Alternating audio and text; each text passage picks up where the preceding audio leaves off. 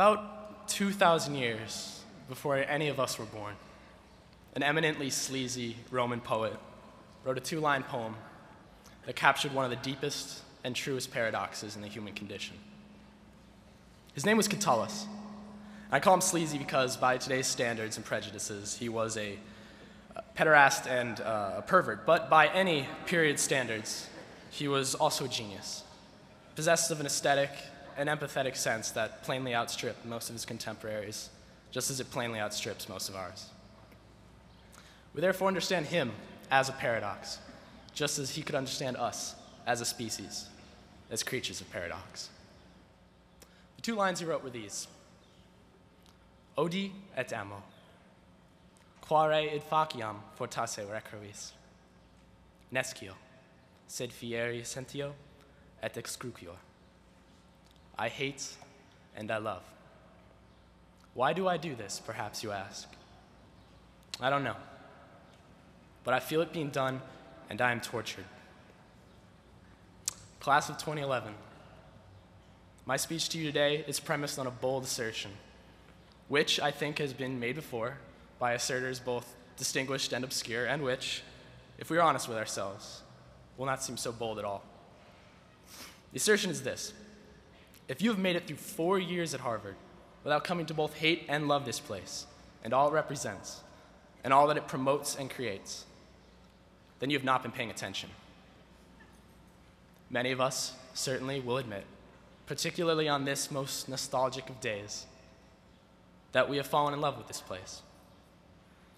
Others will maintain that they hate it, and always hated it. Maybe those people aren't here. Maybe they, like those high school rebels who wouldn't buy their yearbook, are off glowering and congratulating each other for not subscribing to this crap, for not drinking the Kool-Aid. But I'm talking to them especially, because each of us, from the most cynical and jaded advocate member to the cheeriest admissions office tour guide, harbors a mixture of the two emotions, whether they admit to it or not. And how could we not? We witness contradictions everywhere we look. This school swallows up philosophers and artists, visionaries and geniuses from every corner of the country, from many corners of the earth. It cherishes their diversity, their vitality, their individuality.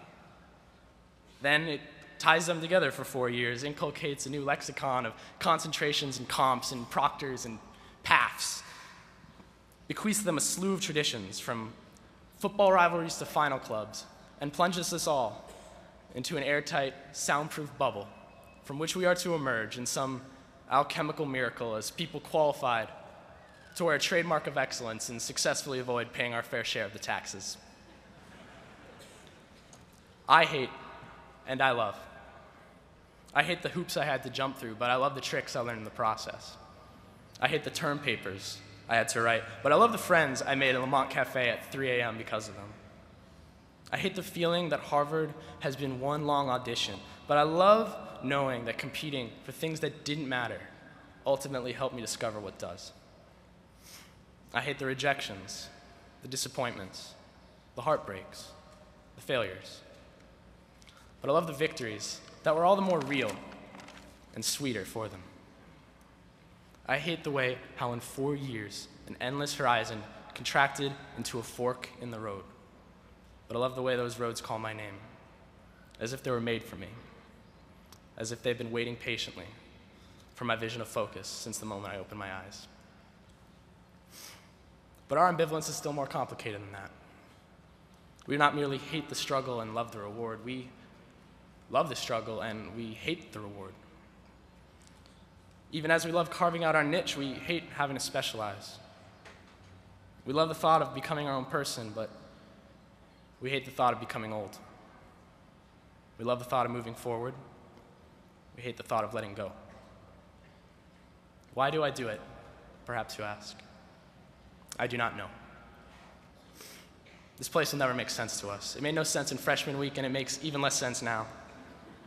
We can't know the effect the school has had on us, what effects we have had on each other, any more than we can lean back through time and pick the brains of our younger selves. Because we can't know how to feel. But knowing doesn't matter. We don't choose how to feel. Catullus wrote, "I feel it being done, and I am tortured." It's the passive voice. Our feelings happen to us. We feel the way we do about this place and about this moment because of what has happened to us, even more than because of what we have done. The ambivalence we must feel is a natural consequence of the ambivalence with which life regards even the luckiest among us. Feelings are not opposite, and that is the pearl of clarity hidden in this murky paradox. Anyone who has really been in love knows how quickly it can boil over into hatred. And anyone who has really been in hate, if you'll pardon the phrase, must know how similarly tenacious that feeling can be, and how, under just the right circumstances, it can blaze into something else, and something beautiful.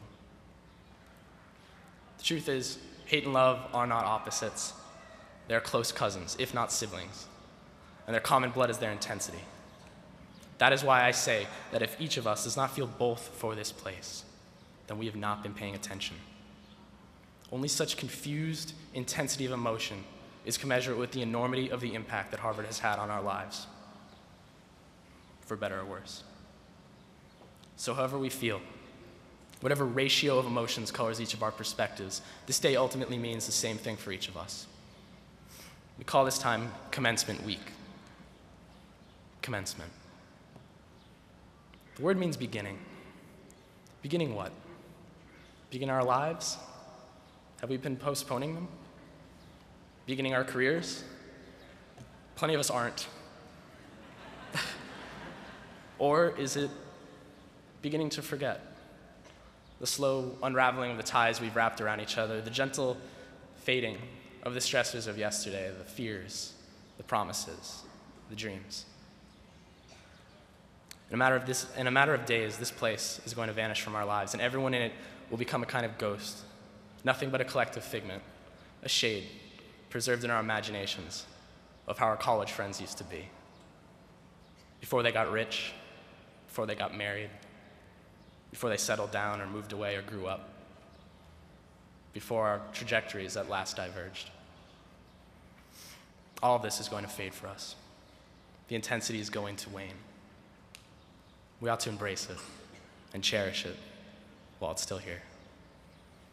So to all of you, and to all of Harvard, I say, without exaggerating, odi et amo. I hate and I love. I don't know why exactly, but I'm not tortured. I would have it no other way. Thank you, and take care.